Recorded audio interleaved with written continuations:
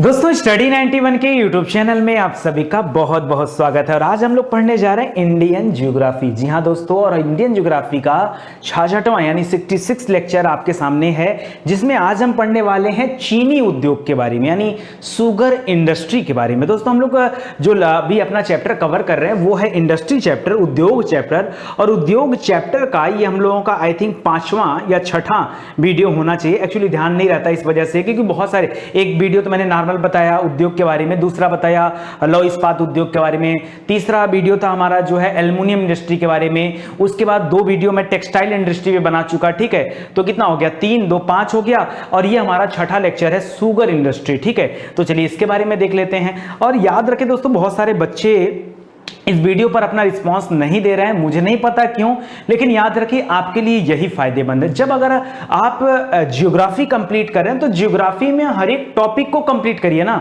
आप ऐसा क्यों सोचते हो कि आपके लिए इंपॉर्टेंट नहीं है? इंपॉर्टेंट है भाई, इंपॉर्टेंट है। इंपॉर्टेंट नहीं होता तो मैं आपको नहीं पढ़ाता, या आपके विषय में नहीं दिया होता तो मैं फिर आपसे बातचीत इस विषय पर नहीं करता। लेकिन इंपॉर्टेंट है, इस वजह से मुझे बातचीत करनी है। अच्छा, बहुत सारे बच्चे अभी भी ऐसे हैं जो अभी तक स्टडी 91 के एप्लीकेशन को इंस्टॉल नहीं किए हैं। जाकर इंस्टॉल कर लीजिए, क्योंकि यहां पर आपको बहुत सारी चीजें मिल रही हैं पढ़ने के लिए। ठीक है, खासकर वीडियो क्लास की इतनी अद्भुत वैरायटी यहां पे मिल जाएगी, मजेदार वैरायटी, कि आप खुश हो जाओगे। बिलीव नहीं है तो जाके चेक कर लो, अच्छा नहीं होगा तो अनइंस्टॉल कर देना, आपके हाथ में है ना। ठीक है, तो चलिए स्टार्ट करते हैं दोस्तों। देखिए, अगर आपको पढ़ना है चीनी उद्योग के बारे में तो बहुत सारे प्रश्न बनते हैं चीनी उद्योग से। जैसे कि पहला प्रश्न दे रहा है कि गन्ने का सर्वाधिक उत्पादन किस राज्य में होता है? राज्य की बात कर रहा है। अच्छा, एक बात बताओ, चीनी बनता किससे है? चीनी बनता है गन्ने से। सर, क्या चीनी केवल और केवल गन्ने से ही बनता है? नहीं, चीनी गन्ने से भी बनता है, चीनी शकरकंद से भी बनता है, चीनी चुकंदर से भी बनता है। ठीक है, इन सभी चीजों से चीनी बनाई जाती है। लेकिन हमारे देश में जो सबसे ज्यादा चर्चित है, प्रसिद्ध है, वो क्या है? गन्ना। इसलिए गन्ने उत्पादन की बात चीनी उद्योग में की जाती है, क्योंकि चीनी बनाना है तो गन्ना चाहिए ही चाहिए, क्योंकि चीनी बनाने के लिए गन्ना कच्चे माल के रूप में इस्तेमाल किया जाता है। ठीक है, तो ध्यान दीजिएगा। तो यहां पे पूछ रहा है कि गन्ना का सर्वाधिक उत्पादन कौन सा राज्य करता है? तो याद रखेगा उत्तर प्रदेश करता है। उत्तर प्रदेश में सबसे ज्यादा गन्ना होता है। कोई पूछे क्यों उत्तर प्रदेश में सबसे ज्यादा गन्ना होता है, तो बताइएगा क्योंकि उत्तर प्रदेश दोआब में स्थित है। दोआब मतलब यहां नदियों का मैदानी भाग है, और इस मैदानी भाग की मिट्टी में उपजाऊपन बहुत ज्यादा है, जिसकी वजह से गन्ने की खेती सबसे ज्यादा उत्तर प्रदेश में होती है। दोस्तों, गन्ना अनुसंधान केंद्र कहां पर है? मान लीजिए परीक्षा में पूछ दिया गन्ना अनुसंधान केंद्र, तो क्या बताएंगे? याद रखें, लखनऊ में है। और चीनी अनुसंधान केंद्र कहां पर है? तो वो कानपुर में है। चीनी कानपुर में है, गन्ना अनुसंधान केंद्र कहां है? वो लखनऊ में है। इतना याद रहेगा ना। चलो अगला दोस्तों, गन्ने का सर्वाधिक प्रति हेक्टेयर उत्पादकता वाला राज्य कौन सा है? यानी गन्ने के उत्पादन में तो उत्तर प्रदेश है, लेकिन प्रति हेक्टेयर उत्पादन में कौन आगे है? जैसे हम लोग पढ़े थे ना कि गेहूं के उत्पादन में उत्तर प्रदेश का पहला स्थान, लेकिन प्रति हेक्टेयर की उत्पादकता में पंजाब का पहला स्थान। उसी तरह से यहां पे पूछ रहा प्रति हेक्टेयर गन्ने के उत्पादन में पहला स्थान किसका? तो याद रखेगा तमिलनाडु का पहला स्थान। किसका? तमिलनाडु का पहला स्थान है। ध्यान दीजिएगा। ठीक है, आगे लिख रहा है सर्वाधिक चीनी कारखाने कहां पर हैं? तो याद रखिए महाराष्ट्र राज्य में सबसे ज्यादा चीनी का कारखाना कहां पर है? महाराष्ट्र में। और सबसे ज्यादा चीनी का उत्पादन कौन करता है? वो भी महाराष्ट्र करता है। कुछ समय पहले तक उत्तर प्रदेश का नाम था, अब डेटा बदल चुका है।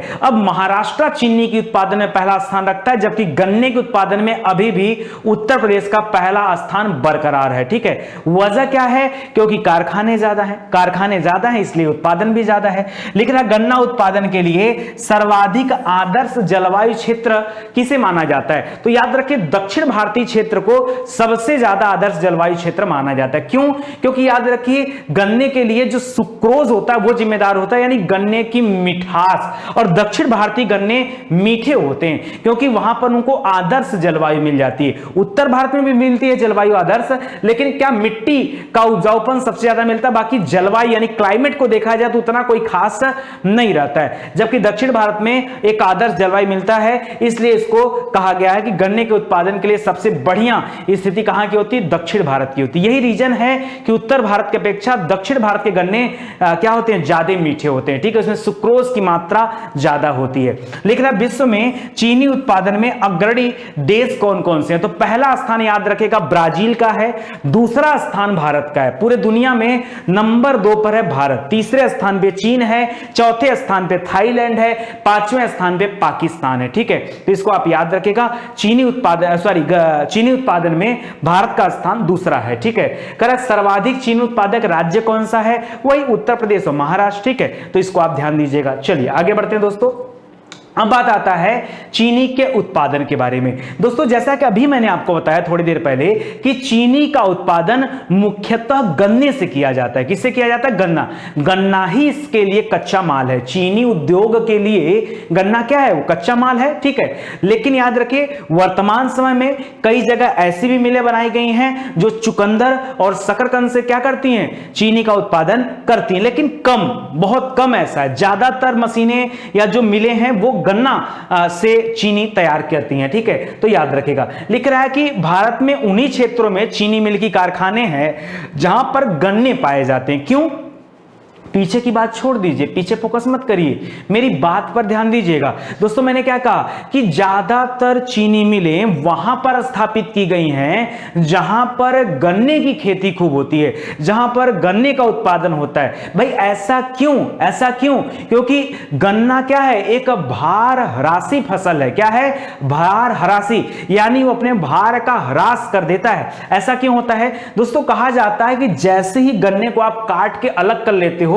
गन्ना सूखने लगता है, और गन्ना जितना जल्दी सूखेगा याद रखिए उसके अंदर से सुक्रोज का क्षय उतना जल्दी होगा, और सुक्रोज खत्म हो गया तो मिठास खत्म हो गया, मिठास खत्म हो गया तो चीनी किस बात किया, यानी चीनी भी कम हो पाएगा, चीनी का प्रोडक्शन ही कम हो पाएगा। इस वजह से गन्ने को काट करके ज्यादा दूर न ले जाना पड़े, इसलिए उसी के आसपास के क्षेत्रों में चीनी मिलें स्थापित कर दी गई हैं, ठीक है, तो याद रखिएगा। लिख रहा है चीनी उद्योग एक मौसमी क्या है, एक मौसमी उद्योग माना जाता है। क्यों, क्योंकि चीनी जो मिलें हैं ना वो साल के 12 महीने नहीं चलती हैं। हालांकि उत्तर भारत दक्षिण भारत में पेराई सत्र जो है अलग अलग होता है, यानी ड्यूरेबिलिटी अलग अलग होती है। वहां का गन्ना थोड़ा ज्यादा देरी में सूखता है और उत्तर भारत का गन्ना थोड़ा जल्दी सूख जाता है, इसलिए काट कर इसको जल्दी से मिल तक पहुंचाना होता है, ठीक है। तो उत्तर भारत में जो पेराई सत्र है वो लगभग नवंबर से फरवरी तक माना जाता है, और वहां पे तो अक्टूबर से जून तक का पेराई सत्र चलता है, ठीक है। लेकिन कुल मिला जुला करके ये क्या है, एक मौसमी जो है उद्योग माना जाता है, ठीक है। और वैसे भी चीनी मिलें जो है वो खास करके गन्ने के उत्पादन पर ही निर्भर करती हैं। करा कि सर्वाधिक चीनी उत्पादन कौन करता है, महाराष्ट्र करता है। उसके अलावा और भी राज्य हैं उत्तर भारत में, आपका उत्तर प्रदेश है, बिहार है, पंजाब है, हरियाणा है, राजस्थान है, गुजरात है। दक्षिण भारत में जाएंगे तो आपका महाराष्ट्र है, कर्नाटक है, तमिलनाडु है, आंध्र प्रदेश है, ठीक है। ये सभी राज्य हैं जहां पर गन्ने का उत्पादन किया जाता है। तो वही सारी चीजें यहां पर दी गई हैं, ठीक है। आगे बढ़ते हैं दोस्तों। करा भारत में चीनी उद्योग दो विशिष्ट क्षेत्रों में फैले हुए, दो विशिष्ट क्षेत्रों में। पहला क्षेत्र है उत्तर भारत का क्षेत्र, दूसरा क्षेत्र है दक्षिण भारत का क्षेत्र। अगर उत्तर भारत के क्षेत्रों की बात करें तो सबसे प्रमुख राज्य कौन सा है, अपना उत्तर प्रदेश है, फिर कौन सा है, आपका बिहार है, और कौन सा है, पंजाब है, हरियाणा है, राजस्थान है, गुजरात है। ये उत्तर भारत के क्षेत्र हैं। अगर दक्षिण भारतीय क्षेत्रों की बात करें तो महाराष्ट्र है, कर्नाटक है, तमिलनाडु है, आंध्र प्रदेश है। आप इसको याद रखेगा, ठीक है। तो वही चीजें यहां पर दिया जा रहा है, ठीक है। तो ये सब चीजें वही हैं। बाकी यहां पर दे रहा दोस्त देख लीजिए एक बार आप भी, कर उनमें से उत्तर प्रदेश विशाल, उत्तर के विशाल मैदान में उत्तर प्रदेश बिहार उत्पादक जो है प्रमुख राज्य हैं। दूसरा है दक्षिण भारत का राज्य जहां महाराष्ट्र तमिलनाडु, वही सारी चीजें दी हुआ है। यहां देखिए करा चीनी उद्योग की अवस्थिति में सबसे अधिक महत्व किसका है, गन्ने का। कच्चा माल जो है गन्ना, लिख रहा है गन्ना एक ह्रासमान पदार्थ है, तब पिराई एवं कटाई का समय जो है लगभग समान होना चाहिए, नहीं तो गन्ना जल्दी से सूख जाए जाता है। जो बातें आपको बताया हूं वही बातें लिखी हुई है, जितना मैं बोल रहा हूं ना केवल उतना आप याद करने का प्रयास कीजिए, ठीक है। आगे लिख रहा है चीनी उद्योग भारत में कपास उद्योग के बाद दूसरा सबसे बड़ा उद्योग माना जाता है। कपास से तो धागे बनते हैं, रुई तैयार होता है, ठीक है।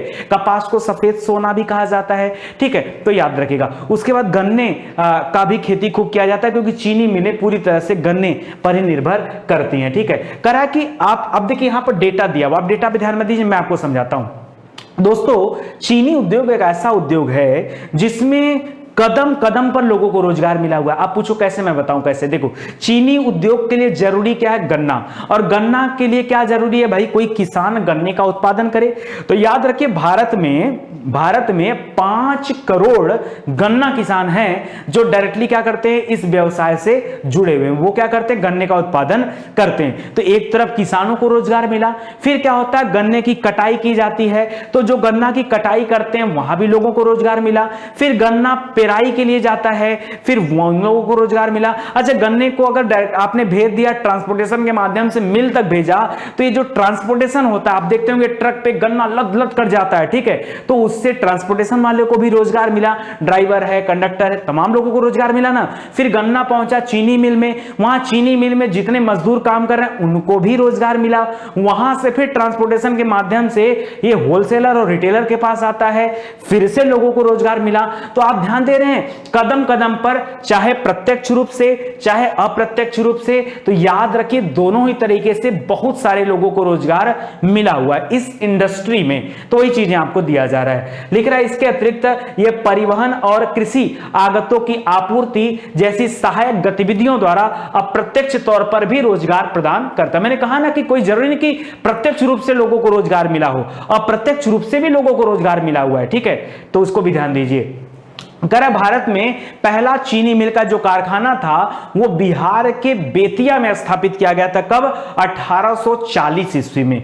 1840 ईस्वी में भारत में पहला कारखाना बिहार के बेतिया में लगाया गया, पहला मिल बिहार के बेतिया में लगाया गया। ब्राजील के बाद भारत जो है वो दूसरा सबसे बड़ा चीनी उत्पादक देश है। 1960 तक उत्तर प्रदेश बिहार ने भी अपना अस्तित्व बना लिया था चीनी उत्पादन के क्षेत्र में, ठीक है। ये अपना वजन खोने वाला एक कच्चा माल है, ये तो मैंने पहले बता दिया कि कटने के बाद जल्दी से भेजो वरना अपना वजन खो देगा, ठीक है। इसे लंबे समय तक भंडारित नहीं किया जा सकता। क्यों? क्योंकि इसमें जो सुक्रोज पाया जाता है जिसके वजह से गन्ना मीठा लगता है, उस सुक्रोज का क्षय होने लगता है, ठीक है। आगे लिख रहा है इसे लंबी दूरी तक परिवहित नहीं किया जा सकता, मतलब ज्यादा दूर तक इसे लेके जा नहीं सकते, सूख जाएगा, काम खराब हो जाएगा। इसके कारण चीनी मिलों की स्थापना गन्ना उत्पादन वाले क्षेत्रों में की जाती है और इनका एक विशेष समय होता है, सीमित काल को छोड़ करके बाकी समय चीनी मिलें बंद रहती हैं, वहां कोई काम नहीं होता है, ठीक है, तो इसको भी याद रखिएगा। दक्षिण भारत में गन्ने की उत्पादकता उत्तर भारत की अपेक्षा ज्यादा है। उत्तर भारत में वही आपका उत्तर प्रदेश, बिहार, पंजाब, हरियाणा सब आते हैं, तो थोड़ा कम उत्पादन यहां पे हो पाता है। दक्षिण भारत में उत्पादन थोड़ा सा ज्यादा होता है, बहुत ज्यादा नहीं होता है। क्यों? क्योंकि ज्यादातर किसानों के पास और भी ऑप्शन अवेलेबल है, दक्षिण भारत में भी और भी ऑप्शन अवेलेबल है। वहां किसान क्या करते हैं, कपास की भी खेती कर लेते हैं, मसालों की खेती कर लेते हैं, नारियल की खेती कर लेते हैं, फल फूल की खेती कर लेते हैं, सब्जियों की खेती कर लेते हैं। इसके अलावा जो है मूंगफली की खेती कर लेते हैं, तंबाकू की हो जाती है, तो तमाम चीजें हैं। आपने सुना होगा कर्नाटक में काफी वगैरह भी हो जाता है, तो ये सारी चीजें हो जाती है। तो तमाम और भी नकदी फसल है, रबर वगैरह है, वो सब दक्षिण भारत में होता है, इसलिए वहां पर किसानों के पास और भी ऑप्शन है, ठीक है। जबकि उत्तर भारत में किसानों के पास नकदी फसलों में एकमात्र ऑप्शन है, वो क्या है, गन्ना। भाई उत्तर प्रदेश में आप चाय और काफी, कहवा और जो है नारियल, ये सब तो नहीं लगा सकते ना, कि लगा सकते हो? नहीं लगा सकते। यानी उनके लिए एकमात्र जो है नकदी फसल का साधन कौन सा है, गन्ने का उत्पादन। तो ये थोड़ा सा आप ध्यान दीजिएगा। लिख रहा है उष्णकटिबंधीय किस्म होने के कारण दक्षिण भारतीय गन्नों में सुक्रोज की मात्रा ज्यादा होती है। मैं तो आपसे पहले ही कहा कि दक्षिण भारत में जो गन्ने हैं वो उत्तर भारत की अपेक्षा ज्यादा मीठे होते हैं। क्यों? क्योंकि यहां पर सुक्रोज ज्यादा होता है गन्नों में। दक्षिण भारत में पिराई सत्र भी थोड़ा ज्यादा होता है। कैसे? मैंने कहा ना, उत्तर भारत में गन्ने की पिराई नवंबर से शुरू होकर फरवरी तक जाती है, यानी नवंबर, दिसंबर, जनवरी और फरवरी, मार्च आते आते तक में क्लोज हो जाता है, यानी अधिकतम 5 महीना, बड़ी मेहनत से 5 महीना मिलता है, ठीक है। वहीं दक्षिण भारत में बात करें तो अक्टूबर से काम शुरू हो जाता है, अक्टूबर, नवंबर, दिसंबर, जनवरी, फरवरी, मार्च, अप्रैल, मई, जून, यानी कितना हो गया, कुल 9 महीने का समय मिल गया। कितना?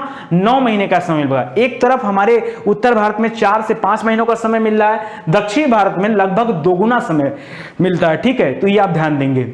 आगे लिख रहा है, उष्णकटिबंधीय जलवायु सिंचाई तथा यातायात की सुविधाओं के बावजूद प्रायद्वीपीय भारत से ज्यादा उत्पादन करता है, प्रोडक्शन थोड़ा सा हमारे यहां भी ज्यादा है, और दक्षिण भारत में तुलनात्मक रूप से थोड़ा सा कम रहा है, ठीक है। क्यों? लोगों के पास और भी ऑप्शन हैं, ठीक है। वही लिख रहा है कि नकदी फसलों में कपास, मूंगफली, चाय, कॉफी, कहवा, मसाले, नारियल, तमाम चीजें हैं जो किसान क्या करते हैं, उपजाते हैं। कह महाराष्ट्र में उच्च सिंचाई दरें हैं, इसी वजह से वहां पर गन्ने का उत्पादन नहीं होता है, लेकिन चीनी की कारखाने खूब ढेर सारे, इस वजह से वहां पर चीनी का कारखाना है, तो प्रोडक्शन भी चीनी का होता है। करा प्रायद्वीपीय भारत में गन्ना संयुक्त खंडों में नहीं बोया जाता है, ठीक है। वहां पे गन्ना के लिए कम क्षेत्र मिल पाता है। क्यों? क्योंकि और किसानों के पास और भी ऑप्शन है, वो दूसरे ऑप्शन में जाकर किसी दूसरी नकदी फसल का उत्पादन कर लेते हैं। उत्तर भारत में तो नकदी फसल के लिए एक ही ऑप्शन है, गन्ना, इसलिए किसान क्या करते हैं, संयुक्त खंड, जैसे आप हैं, आपका खेत मेरे खेत के बगल में है, एक भाई साहब और उनका भी खेत बगल में है, तो हमारे पास तो एक ही ऑप्शन है ना कि तीनों लोग मिल करके गन्ने की खेती करते हैं और बेच देते हैं मिल में, लंबा पैसा मिल जाएगा, अच्छा एक मुश्त पैसा मिल जाएगा। और दक्षिण भारत में अगर हम लोग होते हैं तो भैया बगल वाले ने कहा हम कपास लगाएंगे, हमने कहा भाई हम तो गन्ना लगाएंगे, इन्होंने कहा भाई मैं कुछ और लगाऊंगा, ठीक है। तो ऐसे में वहां पर संयुक्त खंड नहीं मिल पाता है। आगे लिख रहा है कि देश में अच्छी किस्म के गन्ने का अभाव है, ठीक है। चलिए कोई बात नहीं, फिर भी दूसरा स्थान है पूरी दुनिया में। भारतीय गन्ने में सुक्रोज के अंश की कमी रहती है, यही वजह से इसकी उत्पादकता भी निम्न होती है। उत्पादन की गैर आर्थिक प्रकृति, अल्प पिराई सत्र, भारी उत्पाद शुल्क, भंडारण का एकाधिकार, ये सभी चीजें हैं जिसके वजह से चीनी के दाम में वृद्धि देखने को मिलती है, ठीक है। तो ये सब कमियां हैं, कमियां दूर करना चाहिए, ठीक है। आगे जरा इंडियन शुगर मिल एसोसिएशन, ये इंडियन शुगर मिल एसोसिएशन जो है ये खास करके जो गन्ना उत्पादन करने वाले किसान हैं उनका एक संगठन है, ठीक है। तो इन किसानों ने क्या किया, सरकार से मिलकर एक अनुबंध किया है। उस अनुबंध के तहत अधिकतम स्वीकार्य निर्यात मात्रा कोटा, यानी सरकार ने कहा कि आप इतना तो हमको दोगे, ठीक है, यानी इतना गन्ना दो ताकि हम आपको एक्सपोर्ट कर दें आपका गन्ना और आपको फायदा मिल जाए, ठीक है। तो ये जो है इस तरह के प्रोग्राम से जुड़े हुए हैं। कर हालांकि चीनी का निर्यात अभी भी अच्छी स्थिति में है। आईएसएमए के अनुसार केंद्र सरकार ने वर्ष 2019-20 के लिए उचित और लाभकारी मूल्य में बढ़ोतरी नहीं की है। यही रीजन है कि अन्य राज्य सरकारें जो हैं वो भी अपने कीमतों में वृद्धि नहीं की है। होता क्या है कि जब केंद्र सरकार मूल्य में वृद्धि करती है तो फिर राज्य सरकारें भी धीरे धीरे किसानों से जो गन्ने खरीदती हैं उनके मूल्य में वृद्धि करती हैं, लेकिन अभी ऐसा नहीं है।